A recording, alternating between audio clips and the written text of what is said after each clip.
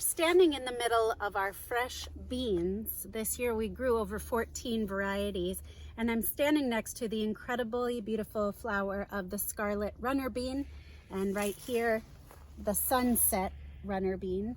Runner beans in the United States are most often grown for their ornamental flowers, but in much of Europe the runner bean is used as a fresh garden bean. So you can see here where the flower dries and falls off becomes the bean.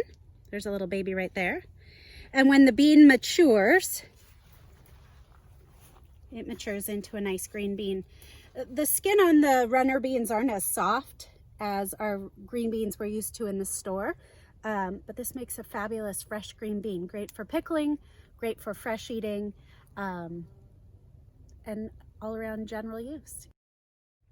One of the many reasons we grow so many bean varieties is so that we can allow a good portion of them to dry on the vine and then use them in the winter for any number of bean dishes. We like to use them quite a bit. This over here, you can see how heavy the growth is on this.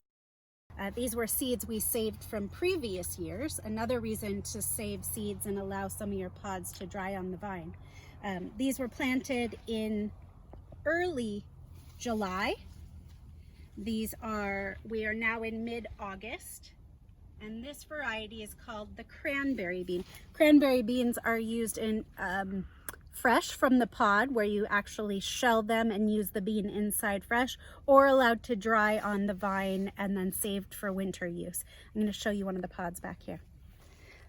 So the striping and the modeling you see on these beautiful cranberry beans is part of the reason they get their name. They're wide flat pods, and they make a really nice dime-sized, fat dime-sized to nickel-sized bean inside. But as fall approaches and the bean begins to dry, the entire pod takes on a bright red and cranberry mottled hue. This is one of the prettiest beans, also one of our favorite to eat. Give it a try. So we spoke about pole beans, which are the scarlet runner beans and the cranberry beans that grow tall, grow up a pole. There are two types of beans. There are pole beans and there are bush beans, and I'd like to show you bush beans. Both pole beans and bush beans grow fresh eating types and drying types, and so we're growing both in the bush form here. Right here, as you can see growing inside, close to the ground, are dragon tongue beans. These are fresh eating types. We're going to harvest some of these for a charcuterie board this evening.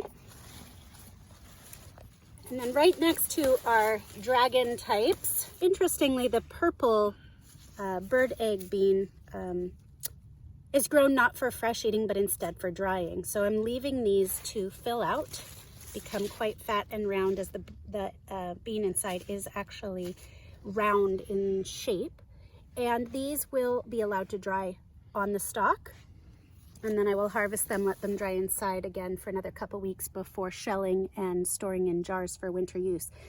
The purple bird egg I got from Joseph Simcox, the botanical explorer, about 5 years ago, and have been growing it ever since. Bush beans, unlike pole beans, take less time, and so if you're short on time, try some bush beans. They're easier to maintain in raised garden beds. They don't take up as much space, and they're quicker to harvest.